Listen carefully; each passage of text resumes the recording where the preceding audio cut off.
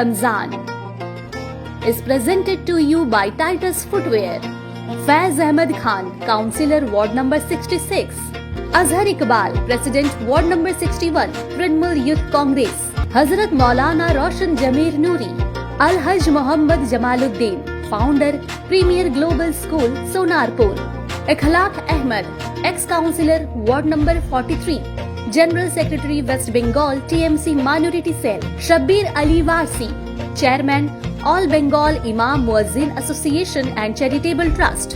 Haji Barkat Ali, BTC, President Mithilanchal Welfare Society. Sana Ahmed, Councillor Ward number 62, Boro 6 Chairperson. Haider Ali Khan, Social Activist, Ward number 108, Gulshan Colony. Sophia Khan, Social Activist and Founder, Sufi Humanity Foundation. Zulkarnain Ali, Founder, Jazba Welfare Foundation. Muhammad Hannan, Social Activist, Topsia. Muhammad Araf, Social Activist.